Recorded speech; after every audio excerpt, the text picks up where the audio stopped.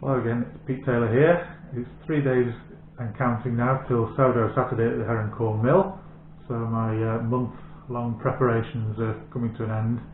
It's been a bit like watching paint dry, I suppose, watching the cultures develop, but now I'm on the final run-in, and the big build-up of the cultures into a sponge for baking with starts now.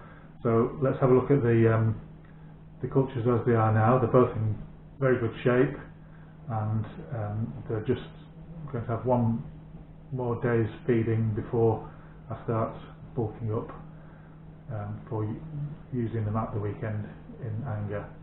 One viewer who's been watching some of these videos said, "Why are you making more sourdough starters? Why aren't you making any bread?" Of course, the thing is, although it is the same starter that I've been working on for a month, feeding and cutting back, feeding and cutting back, it's now developed quite a lot over that time, and it's now in quite a different state from what it was. Both of them are quite different from what they were at the beginning of the month. Fortunately for me, the rye has settled into a nice malty, beery kind of smell. It's not too sharp anymore. It was very sharp for the first 3 weeks really of feeding, but it's just good and tangy now, with a good flavour, good smell coming off it. It's all in very healthy condition, and I'm very hopeful that that's going to perform well on Saturday. So we'll just have a quick look what they look like now, and then I'll cut them back, feed them again with 35 grams of water, 25 grams of flour. I'm going to the mill today to make sure that all the flour that we need at the weekend is in place, and then tomorrow I'm going to start preparations for the lunch that's going to be laid on at the Herringcombe Mill for the people who are baking, and then on Saturday it'll be a really busy day, starting early, hopefully getting 3 loaves baked during the day, and sending people home with a rye-based sourdough loaf, a wheat-based sourdough loaf, and a yeasted loaf for comparison. So that's the plan. Now it's just down to getting on with it.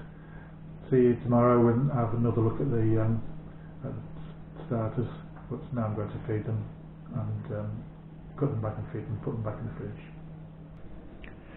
So here's the wheat starter, lovely and gloopy, nice and thick, plenty of bubbles in there. You can see when I stir it around a bit, bubbles coming to the surface. Nice see-through structure, which is what you'd hope to see in something that's got plenty of gluten action going on. Over here, this is the rye. A little taste of that one.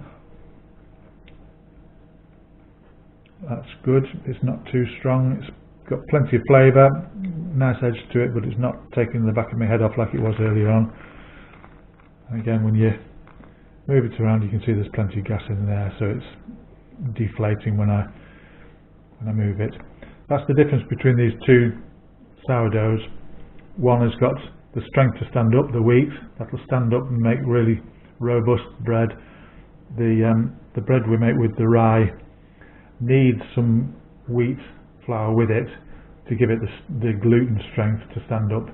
If you try making bread that's all like this, it's going to be very heavy.